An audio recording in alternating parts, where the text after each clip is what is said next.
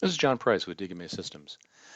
This video is the second in a two-part series where DigMA explores how to use Sparkplug MQTT with RFID systems. Let's take a look at what we want to do. In the previous video, we gave some background and we talked about MQTT itself and how Sparkplug layers on top of MQTT some important functionality that makes it easier to work with SCADA systems, things like device discovery, capability discovery, and the ability for basically devices to self-describe and provide what some call the single source of truth in a system, where things like their engineering units and their maximum and minimum ranges are all things that the device understands, and it is capable of handing that information up to the main system. So let's see how we might use this in our current context. What we're going to show you now is a system where we can take SensThys RFID readers. In our case, it's a SensArray Pro platform, and put it in communication with a Sparkplug RFID edge node that we have running on a small embedded PC. This embedded system communicates with the readers via a proprietary TCP/IP protocol and takes the information it garners there and converts it into Sparkplug MQTT protocol messages. And this includes things like when a device comes online, we get a birth message, and when it goes away, we get a death message, and all the various features that lead to system robustness. In addition, we take advantage of the Google Protobus to get a substantial compression of the information that's moving around. That information flows to CIrrus links, MQTT engine, which converts that information over into a format that Ignition can digest to create live tags that represent the current state of the hardware system. So let's see how this works in practice. Okay, so here we are in Ignition. I've already logged in. I'm running, in this case, Ignition 8.0.12. And we've got an empty project here, so we can take a look around. It's all the usual stuff. If you look down over here, though, because we've loaded in the MQTT modules from CIrrus Link, we've got some new categories down here for the MQTT distributor and the MQTT engine. We're going to be looking at the engine in this video today, and there's a few things we should take note of here. One is an empty folder for data types. Data types are UDTs, or user-defined types, that are kind of abstractions of hardware devices and other data structures for your project. There's also now a special category for edge nodes of the type that we discussed a moment ago for talking to devices that are Sparkplug aware. And so right now we don't have any in here.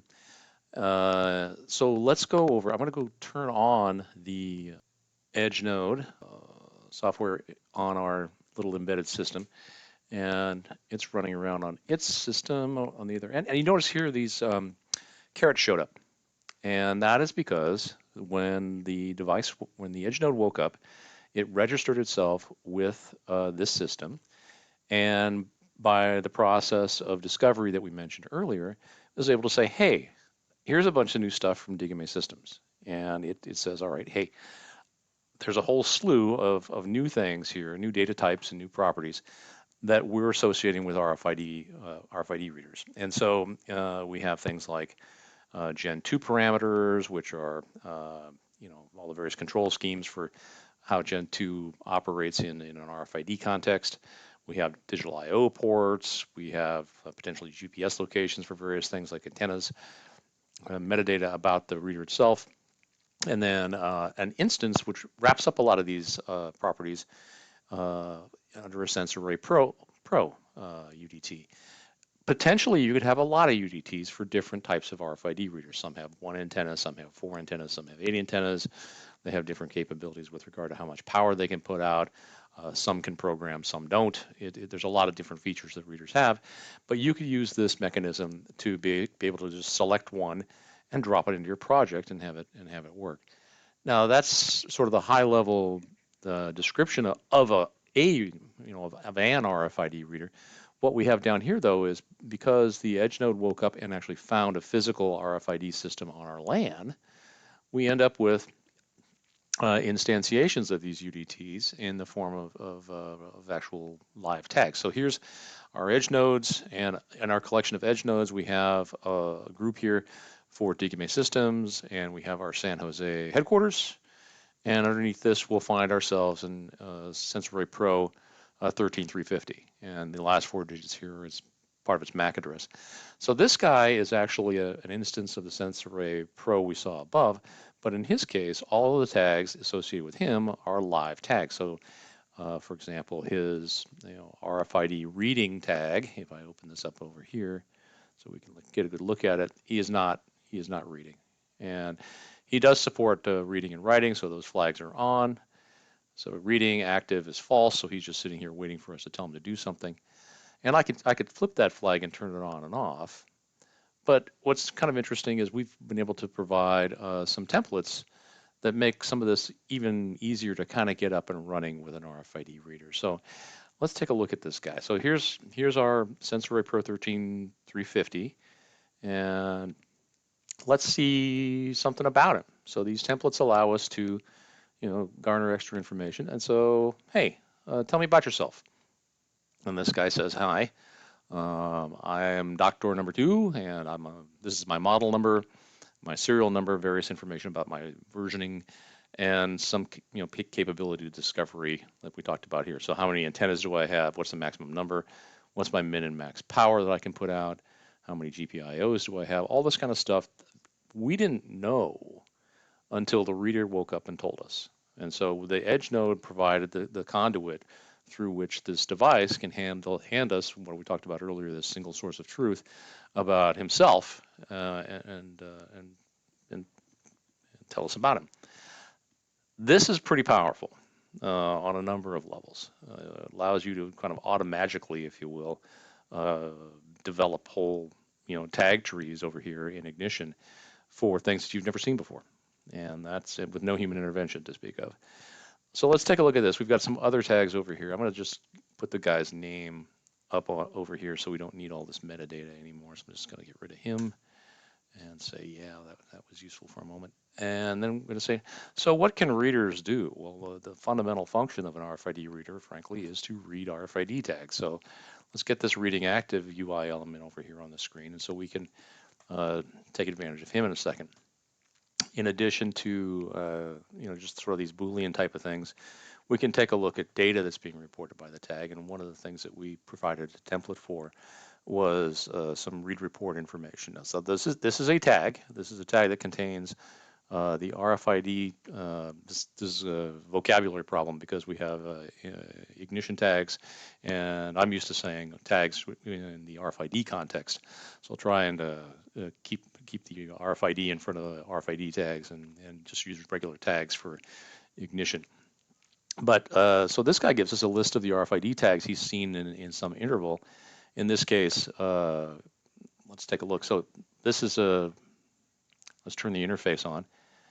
And now when I click this button, I'm actually in communication with the RFID reader. And every 2 seconds now, because of the way I have it configured, I'm going to get a report that includes all of the tags it saw in that interval. So if we pause reading for a moment, you can see that this is a list in JSON format that contains things like the EPC of a particular RFID tag, what antenna I observed it on during that 2-second interval, how many times I saw it, what the average RSSI was or signal strength, and a couple of time parameters that are in there as well. This data flows into a couple of database tables that we've got implemented now. One of them is a kind of snapshot of things we have seen in the past, which is basically a list of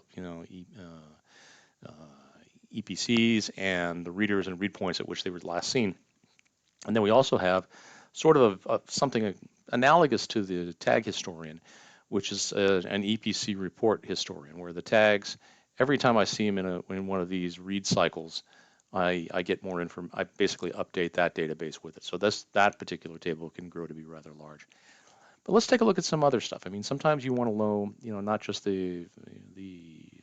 obviously this data is very useful in the context of, asset tracking. But maybe you want to know a little bit about the system itself and how it's performing. And so one of the nice things about some of this templating stuff, let me turn off the live feature. Here we go. And say, well, tell me what happened on the last read event. And so, oop, that's not what I wanted. We'll have to take care of that. So let's take a look at the statistics for how things are working. And now what you can see here is that on the last read cycle, we saw 25 unique EPCs. We saw them about 969 times, and that translates to something like 484 reads a second. So that number is pretty representative of a decent, read performance. And in addition to things like the read stats to talk about performance, you also can get some more information about the reader's health. So down here we see, for example, we have things like core temperature that we could take a look at. So if I wanted to grab the RFID's reader's core temperature measurement, I can take a look here and say, oh, okay, so he's running at 29C. That's perfectly cool as far as he's concerned. He's not in any particular danger of getting overheated. In most environments you don't have a problem, but sometimes for example, if you have a reader mounted up near the ceiling in a warehouse in Texas, you might want to know about that kind of thing. Another couple of things that you can look at here are things like, all right, so the readers have multiple antennas. So let's move this out of here for a moment and say, yeah, we don't need you. Let's get a look at the antennas. So if I want to say, show me a read point, this is antenna 1.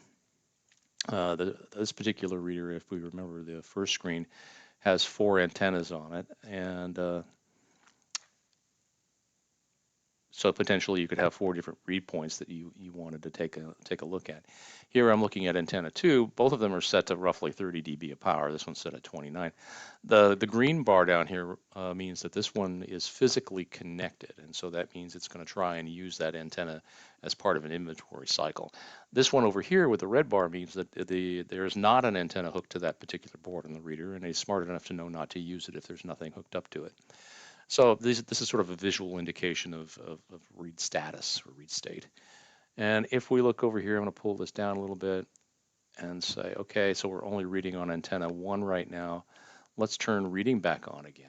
And if I dial the power down on antenna 1 substantially, you're going to see that this number over here representing the unique EPCs drops way down. It's down to 3. So we don't have enough power to see tags that are farther than a certain distance away. So we're only getting 3 guys showing up at a time.